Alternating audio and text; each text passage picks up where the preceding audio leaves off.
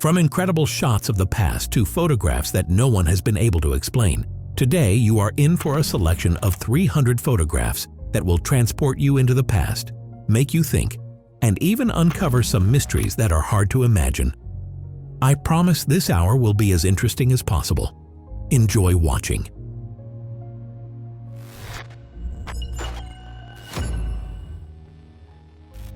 To begin, let us travel back in time and look at intriguing photographs from the beginning to the end of the 20th century. In this photo, Japanese girls are rehearsing a dance routine on a rooftop in Osaka. Another beauty, though not a movie star, but a real queen. Fawzia Fuad, an Egyptian princess, in the year 1939, after marrying Shah Mohammad Reza Pahlavi, received the title of Queen of Iran. The beauty of this woman was legendary. She was idolized and compared to Venus and Cleopatra.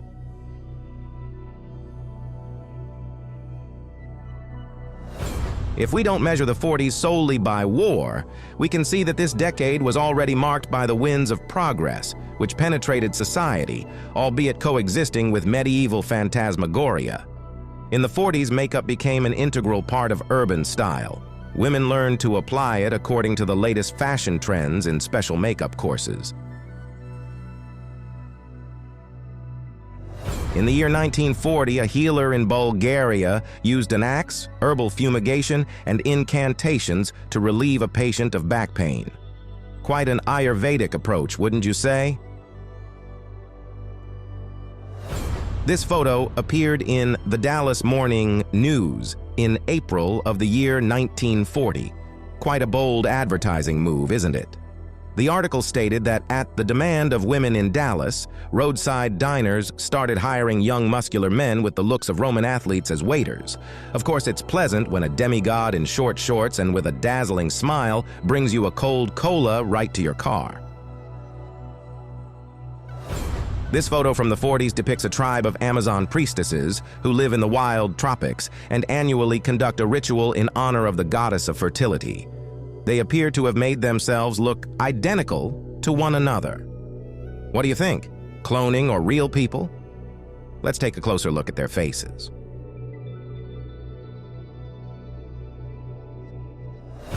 You might think this photo from the year 1940 depicts a child with a trumpet, but no.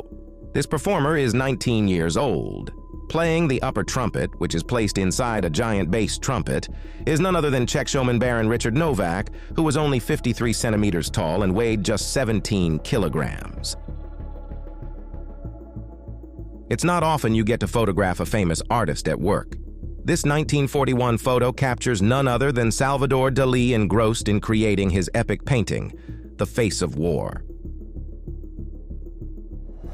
This photo was restored and now looks like a poster. It shows the Nijmegen Bridge in the Netherlands, which came under Allied control in the year 1944. After the end of World War II in the year 1945, masterpieces began returning to museums. Leonardo da Vinci's famous painting, Mona Lisa, had been safely stored in a secret location during the war, carefully wrapped to protect it from damage or theft. And so, the smile of La Gioconda could once again delight viewers. This photo was taken on Winston Churchill's birthday, the 30th of November in the year 1943. Would you like each guest to be captioned with their name, surname, and status, or is everything already clear? The year 1946 was still a time of undefeated racial prejudices. In this photo, we see the brilliant scientist Albert Einstein giving a lecture at the first historically black university in the United States, Lincoln University. One can imagine the level of support African Americans felt when scientists of this caliber taught students who had to overcome numerous obstacles to access higher education. But now, they can take pride in it. This photo from the year 1949 could easily be captioned, "Friends Forever." It shows an Eskimo girl with a husky puppy adorably perched on her shoulders. Let's hope they shared many happy days together. And now the sizzling 50s. It's hot in Hawaii. So a women's cheerleading group for the U.S. Army performs drills in bikinis under the guidance of an instructor. Life on military bases was anything but dull in those days. Honestly, there's no better way to boost a soldier's morale than a live poster of a cover girl. Florida in the 50s was already a fun place. Just look at how these charming witches celebrated a hot Halloween on water skis. In the year 1950, the best place for strollers on a bus turned out to be the front bumper. Such were the traditions of public transport in mid-century New Zealand. This is how the Canadian city of Vancouver looked in the 50s. On East Hastings Street, there were so many glowing advertisements that at night it resembled a Christmas tree. The neon jungle was cleared out only in the 70s. And finally, the glaring signs stopped assaulting the eyes of the townsfolk. A photo from the year 1953 captures a backstage moment during the filming of the cult comedy Gentlemen Prefer Blondes. Marilyn Monroe and Jane Russell were co-stars in the film, and here we see them during a brief shooting break. In the year 1953, the premiere of this film with the ultimate title caused a true women's rebellion. Brunettes boycotted the screening of the movie starring Monroe outside theaters, claiming that they were no worse than blondes. This photograph is a typical embodiment of the American dream in the year 1954. A lovely family from Detroit, Michigan. The father works at a Ford factory, and thanks to that, they have a beautiful house and a comfortable car. Don't you think the first advertising campaigns were somewhat naive and at the same time overly literal? In this 1950 photo, women dressed in sacks made from fertilizer bags are promoting ammonium sulfate fertilizer by the Ortho Company to farmers and gardeners. It must be said the trick worked and the product sold wonderfully. In the 50s, the United States sparkled with countless absurd contests. Before us is the winner of the title Miss Atomic Bomb. Apparently, the term sex bomb had not yet been coined. Another winner of a ridiculous contest in the United States, Miss Magic Marker of the year 1954. I wonder, what is the magic all about? In this photo, we see a bored little Prince Charles, the future heir to the throne. He is completely uninterested in the coronation ceremony of his mother, Queen Elizabeth II, which took place on the 2nd of June in the year 1953 at Westminster Abbey in London. And here is the most solemn moment in the life of the newly crowned English Queen Elizabeth II. She has just ascended the throne. This photo, taken in June of the year 1953 after the coronation, remains a beautiful portrait of the young queen in her robe, crown, and ceremonial attire, as befits a royal figure. On the 5th of February in the year 1953, the rationing system in Great Britain was abolished. Now sweets could be eaten to one's heart's content. We see children's reaction to this news. They are literally storming the confectionery in a crowd. It's likely that dentists' queues also became longer that season. Farrokh Bulsara, a name known to few, but if you look closely you will recognize the future superstar, lead singer of the band Queen, Freddie Mercury. The photo was taken in the year 1954 in the Indian city of Panchgani, during the young musician's studies at St. Peter's English boarding school.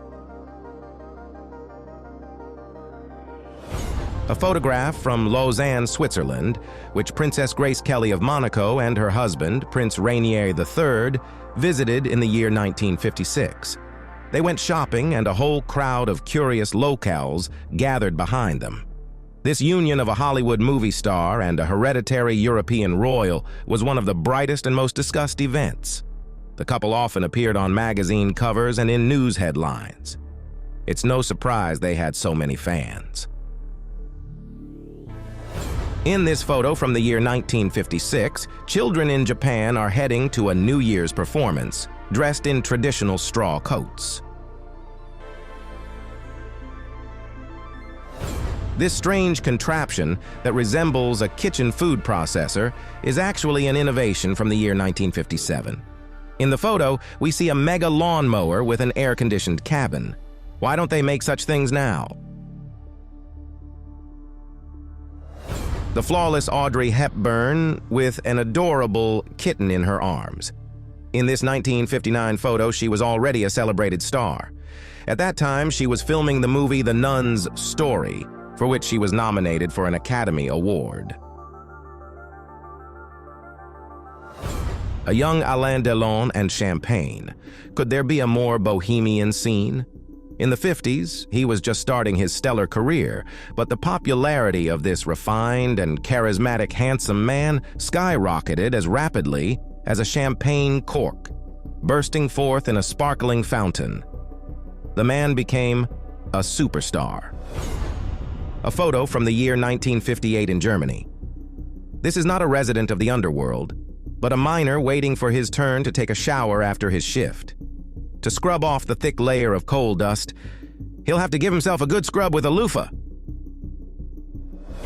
A very short skirt and an overly short skirt are two different concepts. In this 1959 photo, Scandinavian Airlines flight attendant Birgitta Lindman stands next to a dancer. This snapshot was taken after a scandal where someone claimed that the stewardess's skirts were too short. I believe the comparison is convincing. This football match was played in Cologne in the year 1959, and a police dog professionally reacted to the poor performance of the team.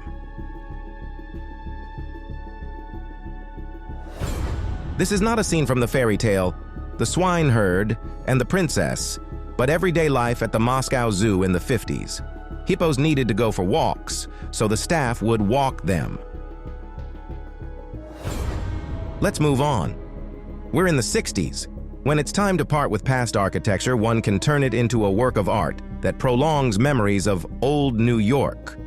This retrospective was captured by American photojournalist Orman Gigley in the year 1960 in a building that was demolished the very next day.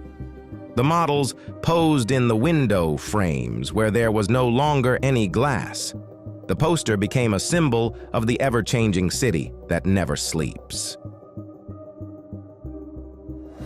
If you look closely, it might seem like this photo from the year 1962 shows a group of vagabonds. But in reality, the woman named Kimberly Kate was well known to the British.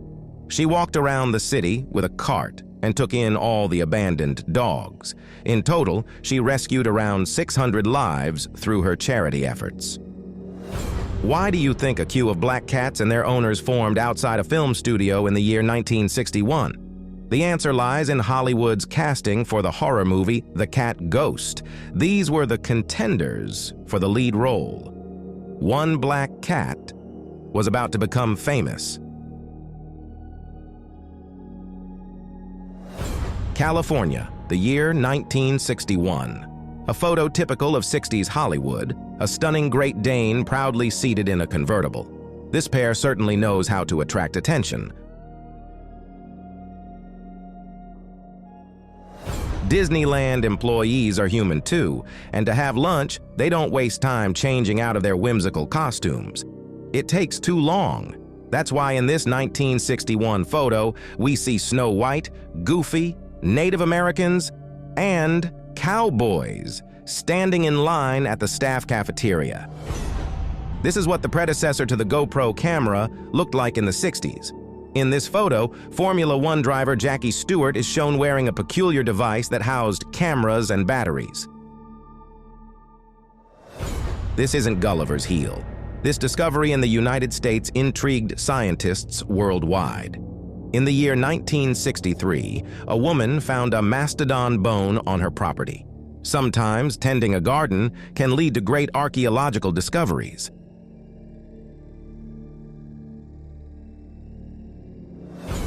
This photo shows the efforts of two nations to reduce tension during the Cold War. In the year 1961, the leaders of the United States and the Soviet Union held a summit meeting.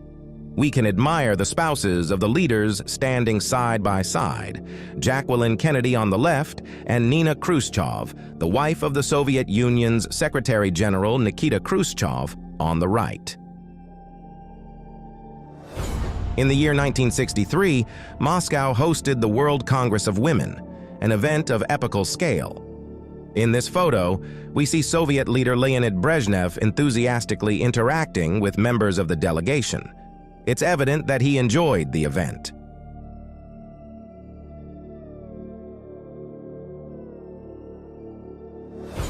The visit of Italian movie star Sophia Loren to the Soviet Union was a sensational event in the year 1965.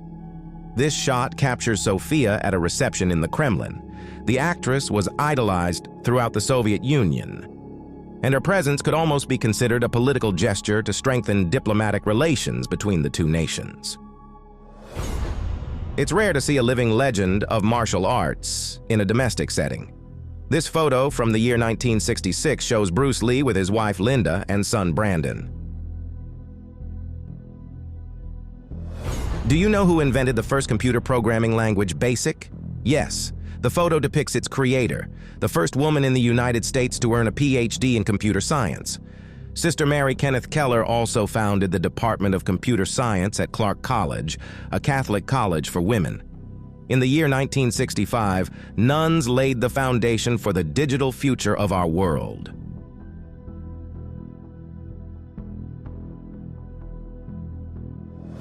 This NASA satellite may resemble a giant ball, but it was launched for cosmic games in the year 1966. The orbital satellite PASCOMSat served faithfully for 12 years. In this photo, we see the in-flight catering service on a Scandinavian Airlines plane. In first class, the menu included smoked pork, sausages, fresh green salad, salmon, beer, and schnapps. For the year 1969, this was pure luxury. In an era when commercials were still learning how to captivate, a Hungarian company decided to advertise its refrigerator in this way. In this 1969 photo, the refrigerator itself seems to lose in appeal to the other participants in the ad. Another naive example of advertising from the 60s. This poster promotes shelters in Los Angeles, where one could supposedly survive hardships during a nuclear war. A masterpiece of absurdity, I'd say. The fashion of Texas.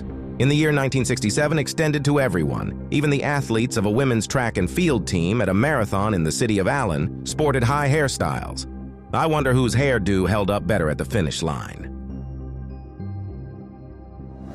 In the 60s, more and more Soviet women aspired to higher education. Preparing for exams was no easy feat. This photo shows young ladies with voluminous hairstyles diligently studying algebra in the park.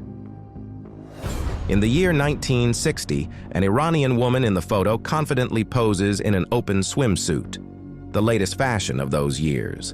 This snapshot was taken before the Islamic Revolution of 1979, which is why it seems so liberal. Many women in Iran yearned for freedom of expression at the time. Of course, after religious reforms, such photos became unthinkable.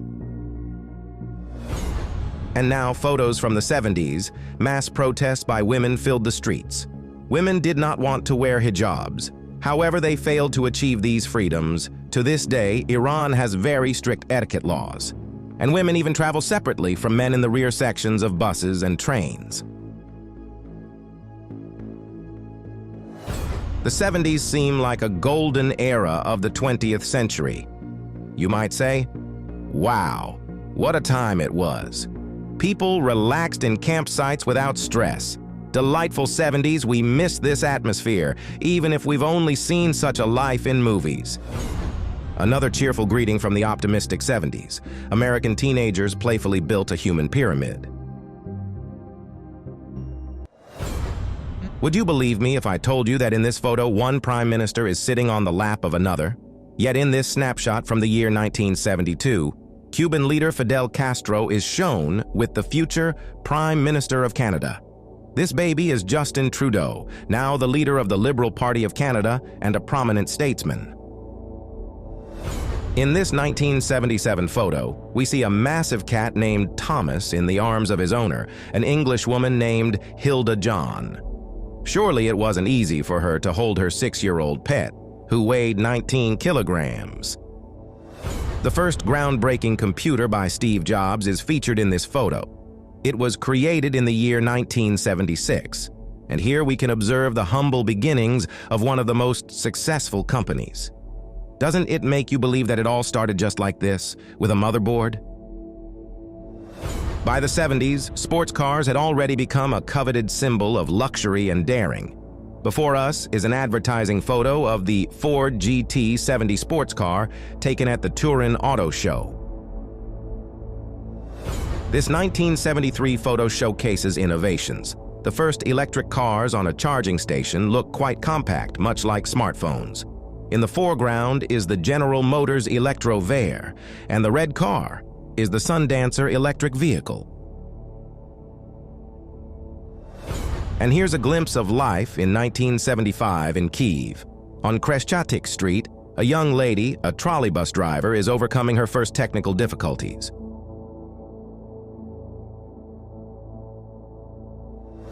In Soviet families of the 70s, the pinnacle of interior design dreams was a beautiful carpet like this one.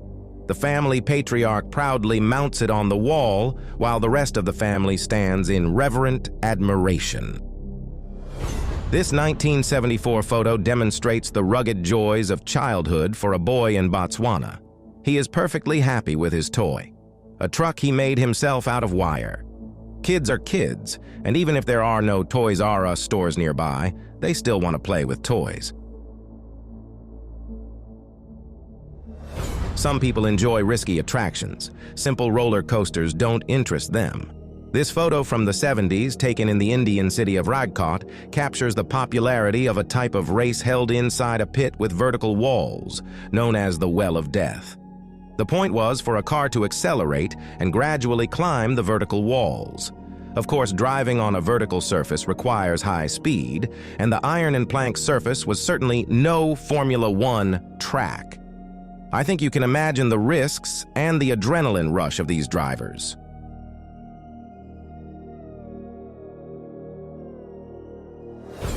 In this 1976 photo, we see newspaper boys standing calmly before they scatter across the city to shout out the headlines of the latest news. Let's move on to the 80s. The playful wind helped the photographer create a masterpiece. It lifted the light fabric of a woman's dress and made a priest hold on to his hat while turning his head. A shot that is as funny as it is charming. It brings us a smile and a sense of the carefree spirit of the 80s.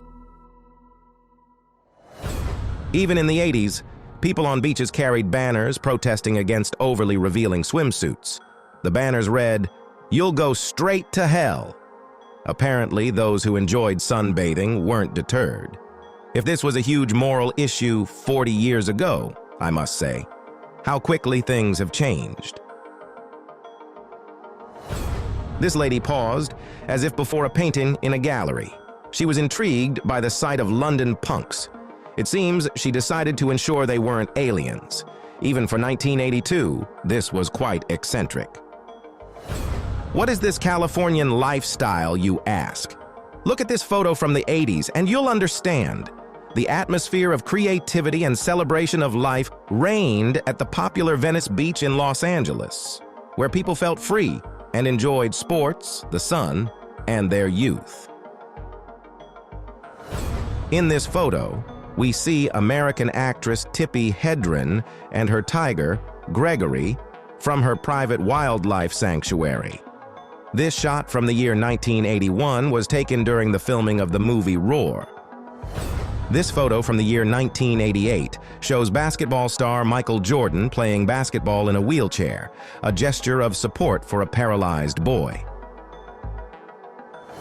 If you remember the movie Elvira, Mistress of the Dark from the 80s, you'll recognize this actress.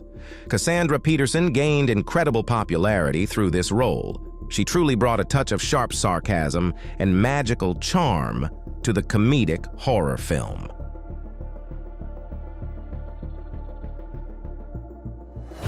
A young Drew Barrymore is seen here before performing at the Beverly Hilton Hotel, where she participated in the Mother and Daughter show in the year 1983. Why is he singing? In this 1989 photo, we see the movie star performing at a concert in support of the protests on Tiananmen Square, a major socio-political event in Beijing. In the year 1987, Keanu Reeves was a budding young actor and couldn't have known he would become one of the most iconic figures in the film industry. Michael J. Fox is seen here on the set of the second installment of the Back to the Future trilogy, closely examining the futuristic Nike sneakers. Perhaps he's trying to mentally leap into the year 2015, which seemed extraordinarily advanced in 1989. Looking at those sneakers, I must say, folks, we seem to be lagging behind the predictions. In 1984, Sophie Marceau, then 18 years old, and Gérard Depardieu, 36 at the time, were photographed in a car on their way to the premiere of the movie Force Again at the Cannes Film Festival. From that moment, the careers of both actors skyrocketed, making this shot a true rarity. In this photo, you might hardly recognize Robert Downey Jr. and Sarah Jessica Parker. Pictured with them is a cat named Marshall. The photo was taken in the year 1983. In 1984, Israel had these charming instructors teaching tank driving. This 1987 photo shows Polish cardiac surgeon Zbigniew Religa. This moment captures the doctor resting after an unprecedented 3-hour heart transplant surgery. He monitors the patient's vital signs while his assistant, exhausted, sleeps in the same room. This iconic photograph highlights the determination of doctors to fight for every life. After the fall of the Berlin Wall in November of the year 1989, children from the eastern part of the city began stopping by the former checkpoint after school to peek into the West.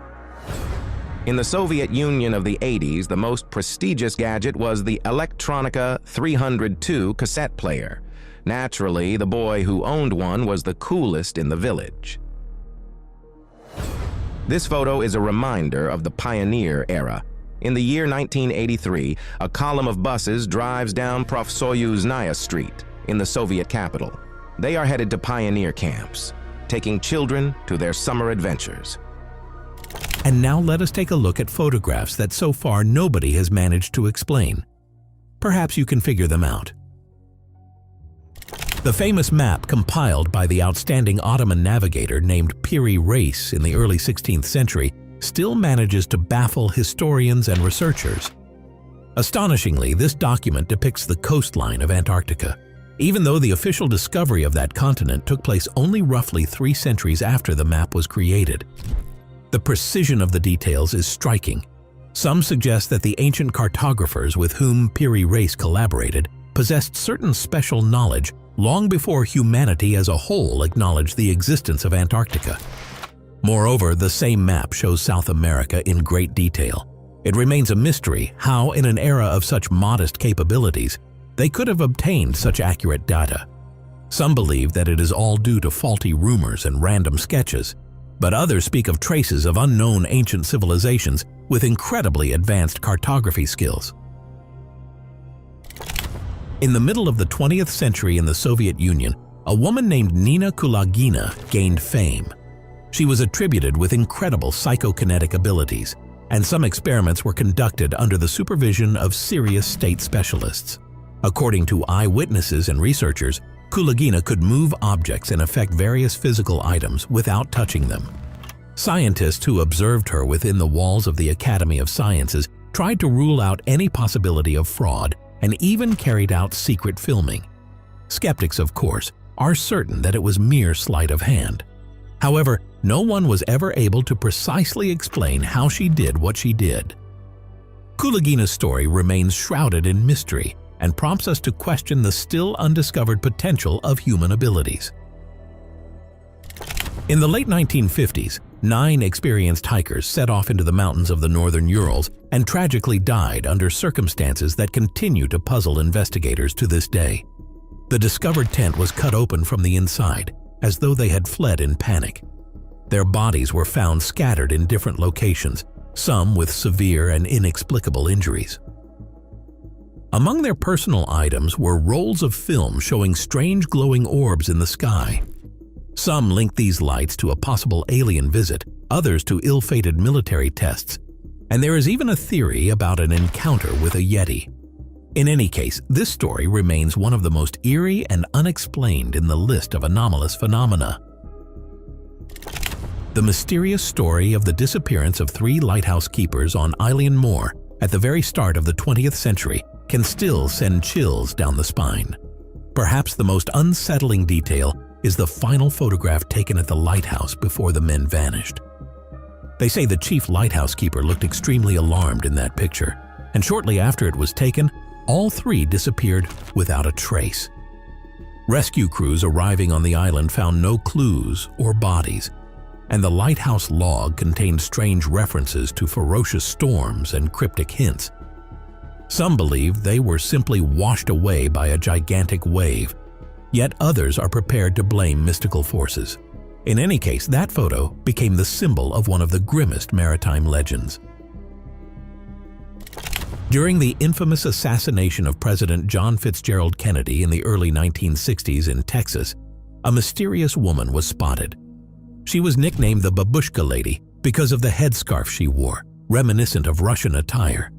She appeared in several pieces of footage taken by various camera operators, standing, it seemed, right in the thick of things and filming with her movie camera. However, her identity was never established, and the film she supposedly recorded never surfaced. Ever since, speculation has abounded. Did she disappear out of fear once she realized what she had captured? Or did she have some other reason for vanishing without a trace? Her image remains one of the most intriguing details in the tangled web of mysteries surrounding that fateful day.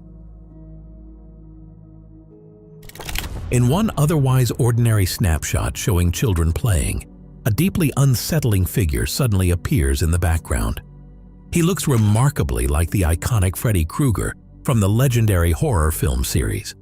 In the distant corner of the photograph stands a man wearing a recognizable hat and clothing, as though he stepped right off the set of A Nightmare on Elm Street. Many have suggested that someone inserted the figure as a prank, yet photo experts insist that the shot was not subjected to any manipulation. It is entirely possible that it was simply a random passerby, but you have to admit, the coincidence is genuinely eerie. In a group photograph of the Royal Air Force from the first half of the 20th century, an almost imperceptible silhouette once caught people's attention, something that resembled the face of a man named Freddie Jackson, who had died just a couple of days before the photo was taken. The image appears to show him standing behind his fellow servicemen, as if he had not realized that he no longer belonged to this world and simply turned up for the group picture. Skeptics attribute it to double exposure or some optical illusion, but for those who believe in ghosts, it is one of the most striking examples of a departed person being present at the same time. During the last manned mission to the moon, known as Apollo 17, in the early 1970s, one of the astronauts took a photograph of the lunar surface, and far in the distance you can make out something resembling small pyramidal formations.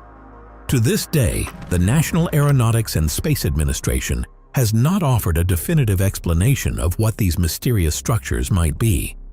Some are convinced they are merely geological outcrops shaped like pyramids, while others theorize that they might be the remnants of once existing structures on the moon.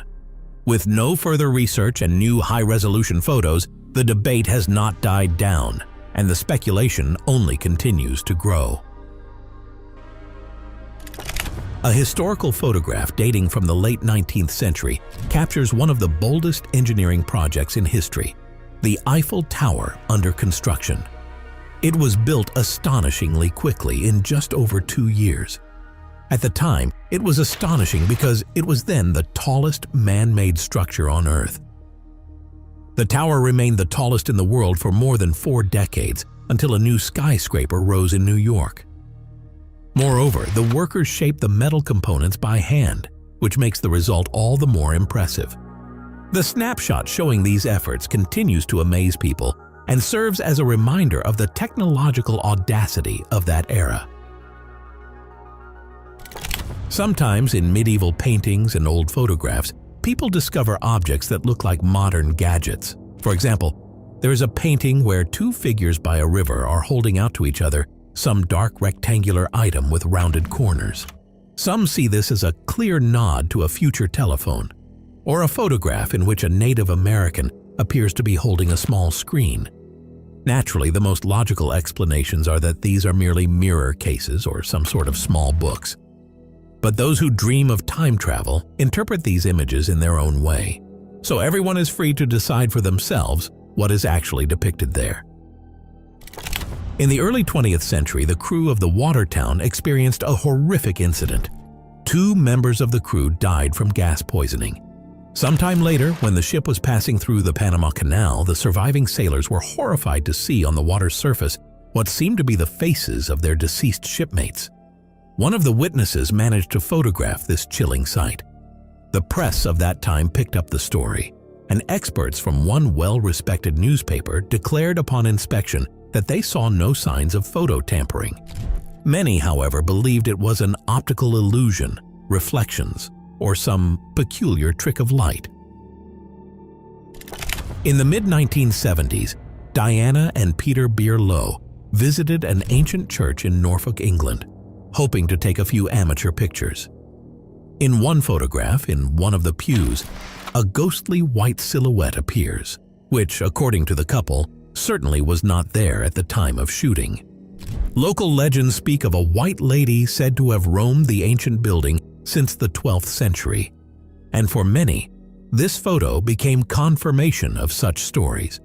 Skeptics point to tricks of the light or film imperfections, but experts examining the photograph found no definite signs of forgery. Since then, it has been regarded as one of the most striking proofs of the existence of ghosts. In the late 1980s, a woman known only by the initials MS decided to take a keepsake picture of herself sitting in the cockpit of an airplane at a British airfield. However, after developing the film, she discovered that in the photo, next to her behind the controls, sat a man in a military pilot's uniform from the Second World War era. The woman insisted that there was no one else in the cockpit and that no museum staff approached the plane. Some paranormal researchers concluded it was the spirit of a pilot who had once crashed. Skeptics, on the other hand, believe it is much simpler. The pilot could have slipped into the shot without the woman noticing. Nevertheless, the picture continues to spark debate. In the late 1960s in Northern California, Roger Patterson and Bob Gimlin filmed a short movie on 16mm film, capturing what appeared to be a large, bipedal, fur-covered creature striding through the woods. Even today, the footage thrills some and makes others frown skeptically. Believers in Bigfoot point to the way it moves and details of its body, which they say would be hard to fake. This object, which some theorists believe has been orbiting Earth for thousands of years, is called the Black Knight. Since the mid-20th century, stories occasionally emerge in the press about mysterious radio signals that allegedly come from this strange structure. Some say that Nikola Tesla noted odd repeated signals on his receivers back in the late 19th century. In the 1950s, a number of astronomers and engineers also claimed to have picked up inexplicable pulses linking them to the same Black Knight. But since official science finds it difficult to prove the existence of some extraterrestrial satellite, all these accounts remain at the level of myth. A well-known photograph from the reopening of the bridge, taken in Canada in the early 1940s, shows a crowd celebrating the renewed opening of the structure. But one man is wearing dark sunglasses, seemingly sporting a printed t-shirt, and holding a compact camera, which looks too modern for that era. He was instantly dubbed the Time Traveler, and the speculation around him continues to grow. Some experts have clarified that such sunglasses did exist, and the camera could well be a model from that period. Of course, anyone intrigued by chronal anomalies sees this as clear evidence that time travel is possible. In the spring of the late 1990s, thousands of residents of Arizona witnessed a remarkable event known as the Lights over Phoenix. At night, people observed a large, silent craft hovering in the sky. It was lined with lights, and according to witnesses, it could have been either a massive disk or a huge V-shaped structure moving slowly over a considerable distance. Even the state governor publicly stated that he had seen these lights with his own eyes and demanded an explanation from federal authorities. Later, representatives of the Air Force claimed that these were training exercises involving signal flares, but most witnesses found this explanation unconvincing. Hampton Court is one of Britain's most famous haunted palaces, built in the era of King Henry. And for many years it has been the subject of frightening tales. Then, in the early 2000s, the security cameras there recorded something quite unsettling: a heavy door flinging open and a ghostly figure stepping out of the corridor. The palace security staff swore that no one could have passed unnoticed. Some say it was simply a technical glitch or a strange flare on the film. Yet the figure's movements appear distinctly human. Thus, Hampton Court has once again lived up to its reputation as one of the most ghost-inhabited palaces in England. Usually, when people talk about ghosts in photographs, it involves pale spots or semi-transparent silhouettes. But in one picture from a hotel in Norway, two women appear who are more than solid, and also completely unclothed. Interestingly, no one among the guests or staff saw these women in real life, nor were they listed as registered guests. That night, some lodgers complained about a sharp chill in the corridors. Upon reviewing the security camera footage, people discovered these mysterious ladies walking down the hallway hand in hand. No one ever figured out if it was a cruel prank or genuinely something supernatural. During the Apollo 14 space mission at the very beginning of the 1970s, astronauts took several photographs of the lunar surface that revealed strange glowing sources. Their positions changed in different shots, and the astronauts themselves reported seeing flashes off in the distance from where they landed. Specialists from the National Aeronautics and Space Administration offered possible explanations, perhaps sun glare or static discharges, but never anything conclusive. These lights on the moon remain the subject of many disputes. Maybe it is a rare natural phenomenon, or, as conspiracy theorists love to say, a signal from someone else. While examining old photographs from the 1930s, people noticed that in one of the pictures, among holidaymakers, there appears a man who seems dressed in a modern t-shirt and shorts. Naturally, this sparked rumors of a visitor from the future who somehow ended up amid past-century vacationers. Skeptics point out that the clothing might look different in reality. Perhaps the shorts were simply rolled up. But for conspiracy enthusiasts, such details only fuel their excitement. They believe the strange individual stands out too much from the rest and therefore looks like someone from another era. There is one photo from the early second decade of the 20th century taken in the western region of Virginia. It shows an object in the sky that appears to be something between an airplane from future times and a futuristic airship. By the date of the picture, there were no aircraft so technologically advanced in existence at that time. Various theories arise. Could it have been a secret military development of that era, or a glitch in the photographer's exposure? But there has never been an official explanation. The photo itself retains the atmosphere of those days, when the skies were still not crowded with technology, and any strange sighting immediately took on an air of mystery. In the mid-1960s, a firefighter named Jim Templeton photographed his daughter during a walk on Solway Firth Bay in England. After the film was developed, behind the girl one could see a strange figure dressed in white garb resembling a spacesuit. The photographer insisted there was no one else around. The National Aeronautics and Space Administration claimed no involvement with the picture, and experts found no signs of tampering. One theory suggests that the figure is Templeton's wife, wearing a light-colored dress, and due to incorrect exposure and angle, her form appears like an extraterrestrial suit. In the 1950s, the Cooper family took a memorable snapshot at dinner. When the film was developed, it turned out that in the background, upside down, hung some dark figure right behind the people who were posing. Nobody present during the shooting saw anything like that. Some paranormal researchers are convinced it is a genuine haunting or a breach in reality, while others say it is a case of double exposure or film errors. Doubt is inevitable, but visually it is genuinely frightening, as though someone or something was there but only the camera lens revealed it.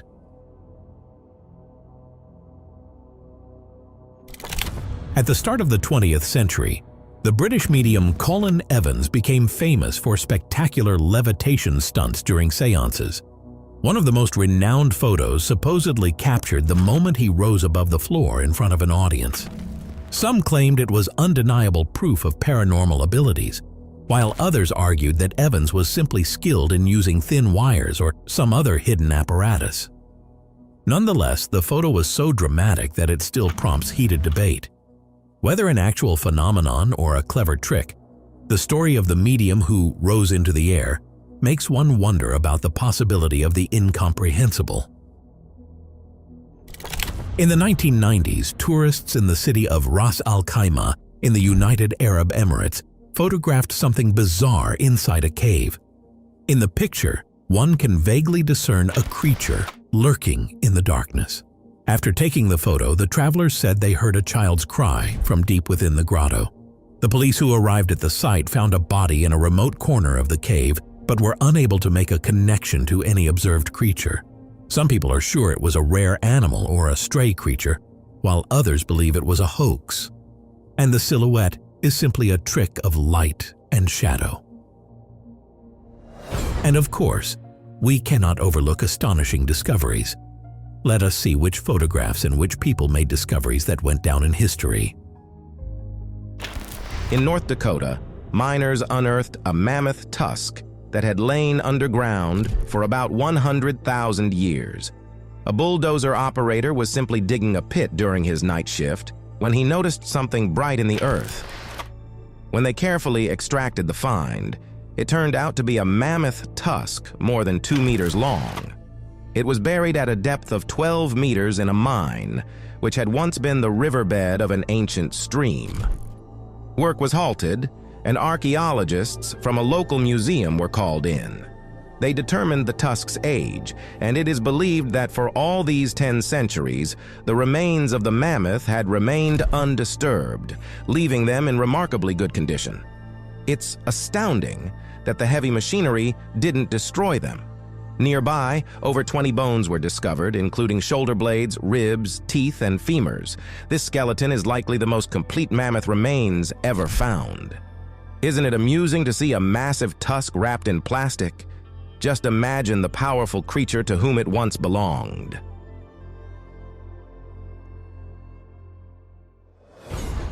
In the 19th century, following Napoleon's conquest of Egypt, Europeans became passionately fascinated with all things Egyptian, a period now referred to as Egyptomania. This exotic obsession spread far beyond France, reaching even Russia. Back then, tourists wanted to take pieces of ancient civilization's heritage for themselves, and sadly, this mindset hasn't changed much over time. Be it coral or even entire mummies, there's always someone eager to add an interesting item to their collection.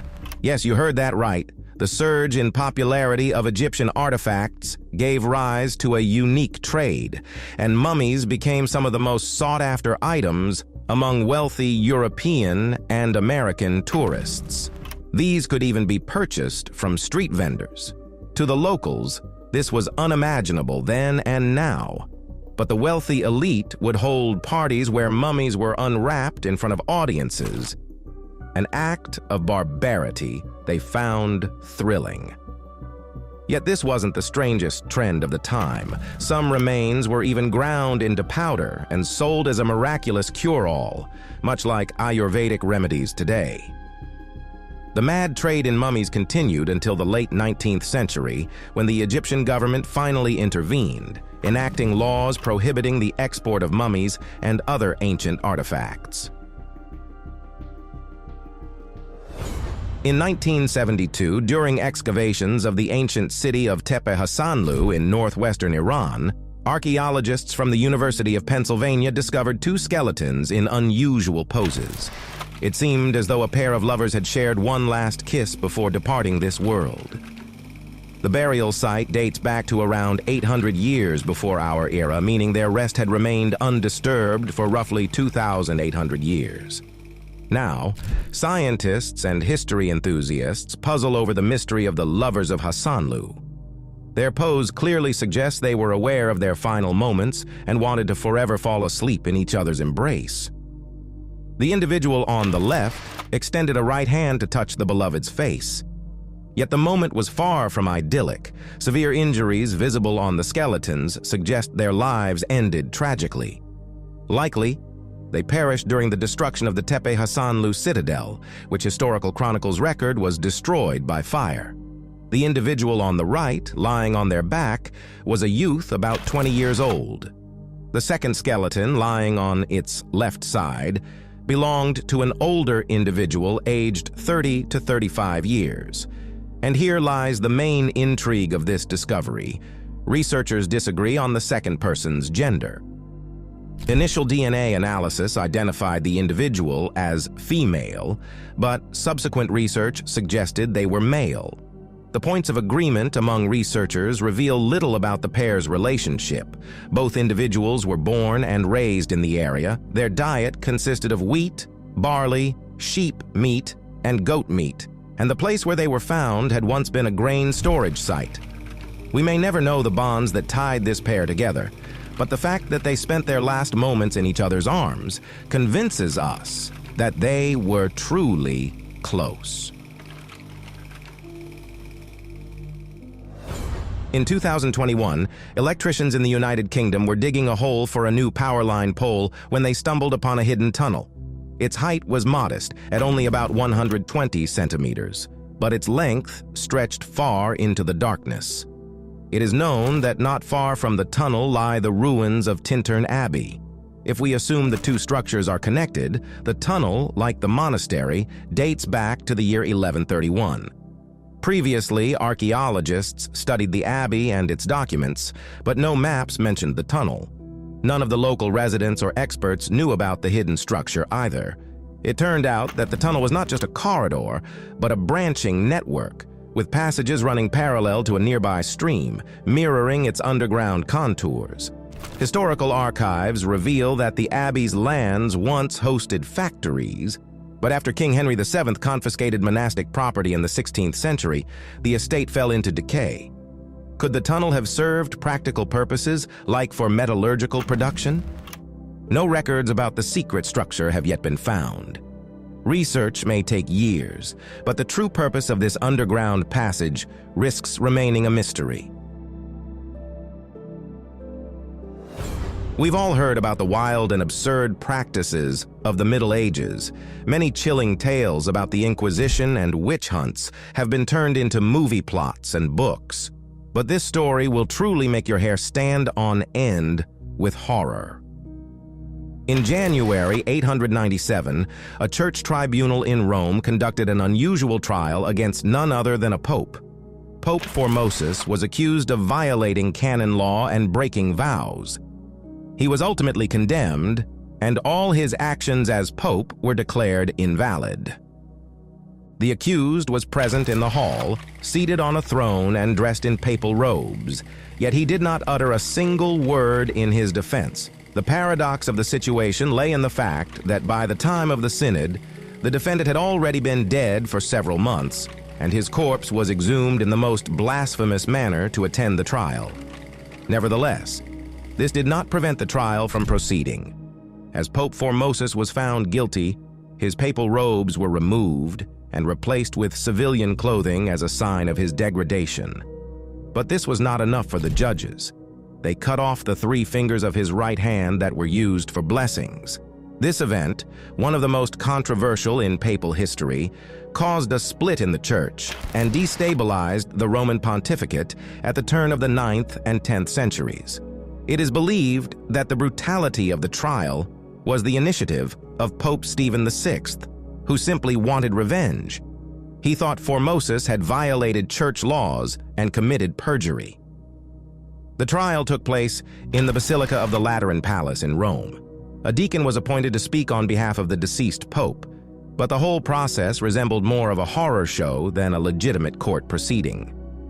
Pope Stephen VI, full of fury, shouted accusations of usurping the papacy at the lifeless body, demanding answers. Even after this grotesque trial, the story did not end.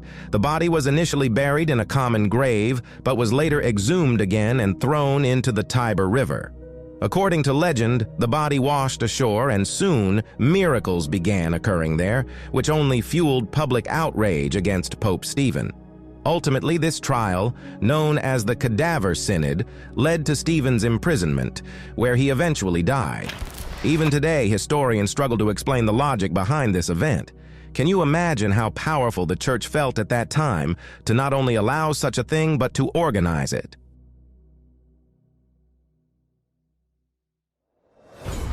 During the Second World War, many innovative projects were developed, though some bordered on absurdity or madness. Can you imagine an ambitious project to create a bomb piloted by a common pigeon? Project Pigeon indeed involved birds. Renowned psychologist B.F. Skinner sought to assist the American military, who at the time were grappling with the problem of precise missile guidance. Skinner proposed an unconventional solution, using pigeons to pilot the bombs.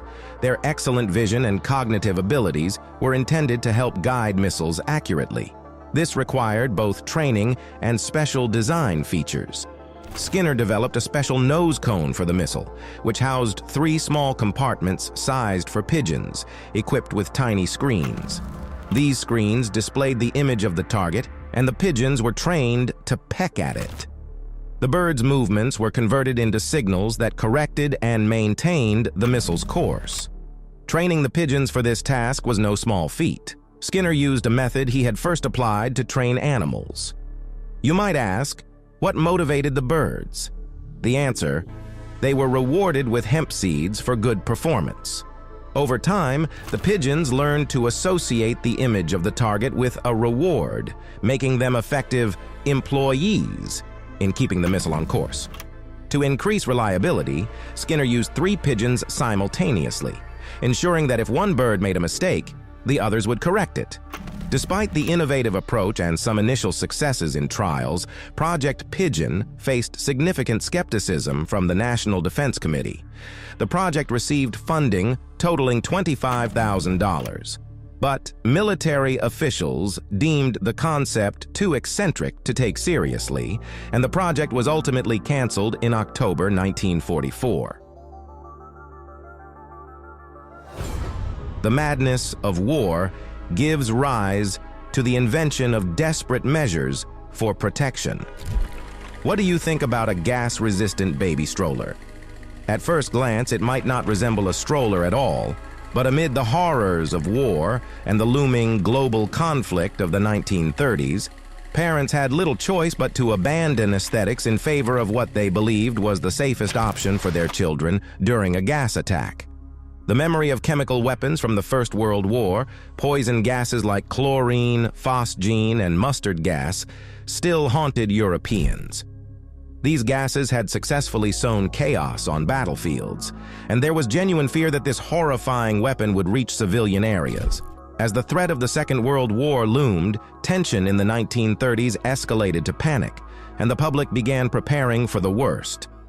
This preparation included equipping civilians with gas masks and developing protective devices for the most vulnerable members of society, infants and children. The idea was to seal the child inside, shielding them from toxic fumes while allowing them to breathe safely. There is no data on whether this worked well, But these coffin-like contraptions quickly fell out of favor due to their grim appearance. Even if the device was effective, it was far from aesthetically pleasing. In the 1800s, as photography advanced significantly, heliography was invented, requiring 8 hours of exposure for an image. The innovative techniques of that time couldn't dream of modern photographic capabilities, yet those pioneers managed to create unprecedented images. In 1903, a photograph was taken that was so special it changed the course of photographic art. What you see in it is astonishing. Don't forget that the photograph was taken over a century ago. It captured a military unit of the Keksgolm Guards Regiment stationed in Warsaw. The photograph, measuring 42 by 96 centimeters, depicted 1,250 faces arranged in 25 rows of 50 people each. If you zoom in, you can clearly see the face of every individual. It's still amazing how the American photographer George Raymond Lawrence achieved this feat of panoramic photography with incredible detail. It is known that for this photograph, Lawrence built a mammoth camera with a lens diameter of about 1 meter. The motto of his Chicago-based photography studio was, "Our specialty is what has never been possible in photography before."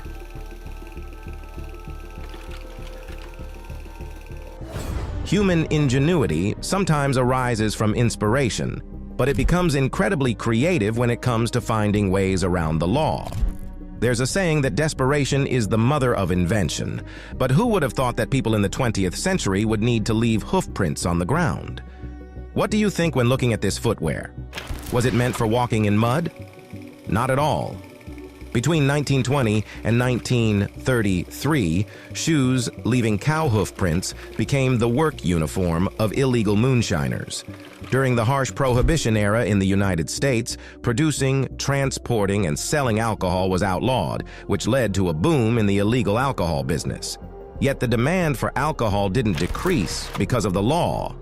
Using high-quality distilled spirits, moonshiners set up their operations in remote areas. And to camouflage their tracks, they came up with a clever trick, hiding human footprints. To outsmart the police, wooden blocks shaped like cow hooves were attached to the soles of their shoes. These could be easily put on and taken off, allowing the bootleggers to leave the scene of the crime as cows. One can imagine how baffled the police must have been, wondering why cows would be stomping around moonshine stills. Even if someone was caught on suspicion of illegal production, proving it would still be a challenge. Now we turn to a historical mystery of recent times. On the 5th of June, 1989, a square in China known as Tiananmen Square was filled with protesters. What began as a demonstration turned into a forum against corruption and inflation. Later, the situation escalated. The government took action and tanks rolled onto the square. Among the protesters was a man who stood in the path of a column of tanks to stop them. He became known as the Unknown Rebel. In a white shirt and holding 2 shopping bags, he became a symbol of resistance against oppression. First, he raised his hand as a signal for the tanks to stop, then tried to communicate with the crew inside. Despite the tanks' attempts to maneuver around him, the man repeatedly stood in its path. The standoff lasted several minutes before 2 unidentified individuals dragged the protester away. The man's identity and fate were meticulously concealed by the government, as was information about the uprising itself. Independent investigations suggested that the rebel was a student named Wang Weilin, who was 19 years old at the time. He was charged with political hooliganism and attempting to overthrow army leaders. However, further searches yielded no results. He was never found among the living, the dead, or the imprisoned. Now it's time for a positive and even amusing story. Ernest Hemingway, the legendary American writer, was famous not only for his books, but also for his love of cats. His fondness for feline companions began in the 1930s when a ship captain gifted him a white cat. The cat had a unique feature, extra toes on its paws, a condition called polydactyly, which results from a genetic mutation. The six-toed cat was named Snowball, and her interesting trait only added to her charm.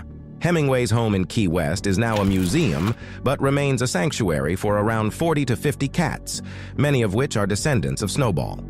Nearly half of them carry the unique trait of polymorphism, differences in the appearance of individuals within a single family.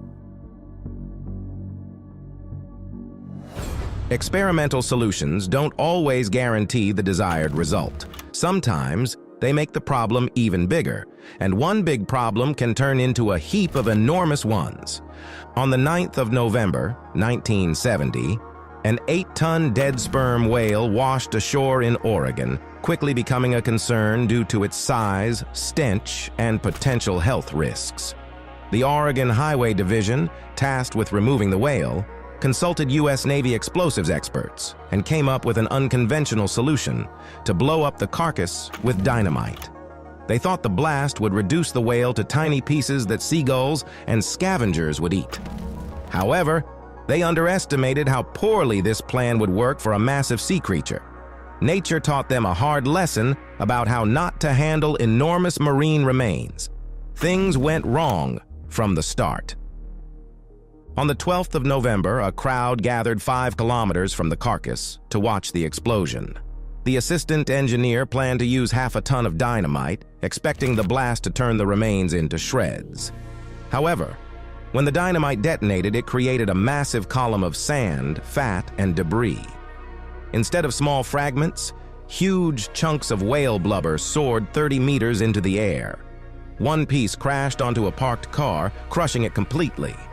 The spectators, shocked by the explosion, quickly ran for cover as pieces continued to rain from the sky. Fortunately, no one was hurt, but instead of solving one large problem, the explosion created many smaller ones. Still, the experience taught officials how not to handle similar situations in the future. This photograph was sent anonymously to the Sarasota County Sheriff's Office in the year 2000. The image was dubbed the skunk ape, a cryptid said to roam the wilds of Florida. It was often described as a large, bipedal creature covered in shaggy fur. You can imagine the incredibly unpleasant smell it must have emitted. This beast, resembling a mix of a skunk and a wet dog, didn't appear out of nowhere. Sightings of such creatures have been reported since the early 20th century. Allegedly, the creature even jumped onto the footboard of a car before disappearing into the swamp. In another report from 1957, a huge, foul-smelling ape was said to have destroyed a hunter's camp. Finally, between the 1990s and early 2000s, a self-proclaimed local expert named David Shealy claimed to have encountered the skunk ape. He supposedly knew of the legend since childhood and dedicated his life to studying the elusive creature. And now we have this photograph, which the scientific community has yet to confirm as evidence. In late November 2020, the crew of a helicopter from the Utah Department of Public Safety was conducting a routine survey in a remote part of the desert when they stumbled upon a lone metal monolith, standing about twice the height of a person.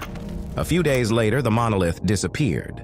According to the local Bureau of Land Management, the illegally installed structure known as the monolith was removed by an unknown party. Soon, news spread that another similar monolith had appeared in eastern Romania, only to vanish just as mysteriously. A third enigmatic monolith was found on a mountaintop in California.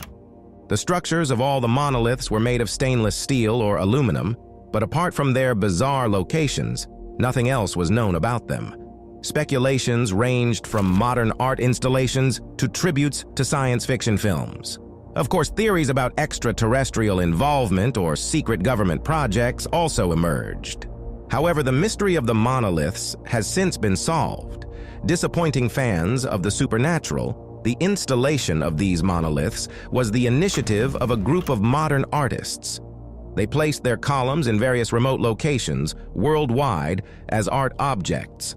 After admitting their involvement, the group revealed the price. Such a monolith could be purchased for just $45,000. Are there any takers among you?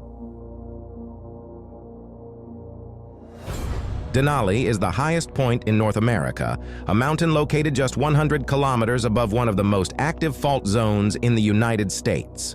Denali's summit sits above a descending tectonic plate, which is typically a hallmark of volcanic regions. To the east and west, there are indeed volcanoes. However, scientists long considered this area to be a non-volcanic region of Alaska. But soon, the Denali Volcanic Fault lived up to its name. Evidence of volcanoes had never been found here before, but in 2019, following a 7.1 magnitude earthquake, a team of scientists from the University of Alaska began studying the seismic activity in this area. At a depth of about 11 kilometers beneath the surface, the team discovered a magma reservoir. They deployed hundreds of seismometers along the Ole Fault near Anchorage to record the region's characteristics. The instruments revealed that in one spot, seismic waves significantly slowed as they passed through the ground. The anomaly turned out to be a magma lake burning deep beneath the earth. For further study of this phenomenon, scientists plan to install more equipment here.